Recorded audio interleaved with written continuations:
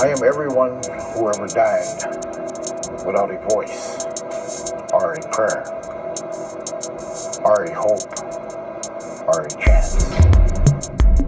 Leonard Peltier is a Native American activist who's been in prison for 40 years, serving 2 consecutive life terms for a crime he maintains he did not commit. In 1977, he was convicted of killing 2 FBI agents, Ronald Williams and Jack Kohler, during a shootout on the Pine Ridge Reservation in South Dakota. People now, a lot of people in the Soviet Union, and a lot of people in Canada and the U.S. call you a political prisoner. What does that mean to you? Well, it's believe somebody that's been in prison for their ideology, somebody that's been convicted falsely. On the other hand, shooting cops is frowned upon most places, ideology notwithstanding. Right, I believe it's frowned on all over the world. But we got to remember too now, the agency that we're speaking about right here was not totally innocent of crimes themselves on the reservation.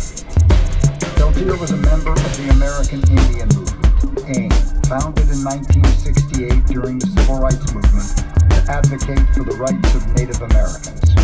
The murders occurred at a time when AIM supporters and residents of Pine Ridge were being intimidated and killed, allegedly by paramilitaries connected to the government.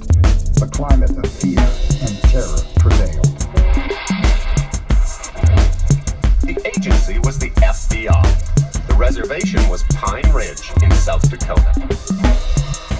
In 1973, at Wounded Knee, members of the Radical American Indian Movement took over part of the reservation. It started as a dispute between the AIM Indians and the elected leaders, but soon became an armed confrontation with the American government. What are you going to do now? I think we're going to prepare ourselves for the fight that we expected in the beginning. We have bet our lives that we can make change for the American Indian, whether we live or die. 2 months later, when the occupation ended, 2 Indians were dead, 2 FBI men wounded. But the fighting between Indians continued, and the FBI increased its manpower and firepower around the reservation. Terrorist tactics came to Pine Ridge, and over the next 2 years, 60 Indians were killed. Most of the murders unsolved. In June 1975, 2 FBI agents drove onto the reservation to arrest someone for stealing a pair of cowboy boots. There was a gunfight with a handful of Indian radicals. The Indians say the agents started it. The FBI says its men were just mowed down. Peltier was blasting away with his high-powered rifle, but doubts he hit anyone. When you get into a gunfight and you're shooting at policemen, whether your bullet actually killed them or not, you're still guilty of murder. You were a part of the gang that killed them. Well, we were in a gang, for one thing, and secondly, there's a law in this country where you have a right for self-defense, and people believed that they were under attack and that they were defending themselves. After 2 AIM members were acquitted of the killings, witnesses were coerced by the FBI into saying they saw Peltier shoot the agents.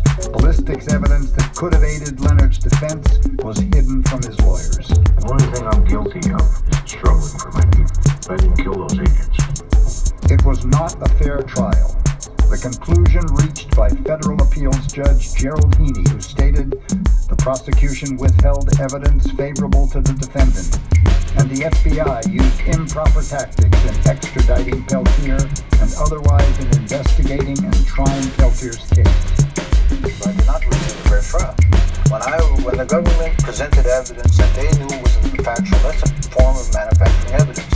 When I was not allowed to properly cross-examine the witnesses, that is another form of not allowing me to defend myself. And that's precisely what happened in that whole trial.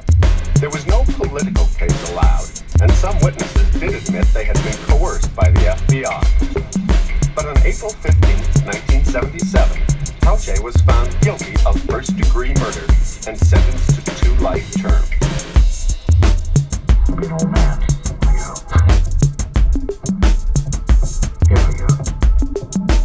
Leonard Peltier has spent 40 years in federal penitentiaries, often in solitary confinement. He's now 71 years old and in rapidly declining health. There are concerns that he's not receiving adequate medical treatment and his condition could be fatal.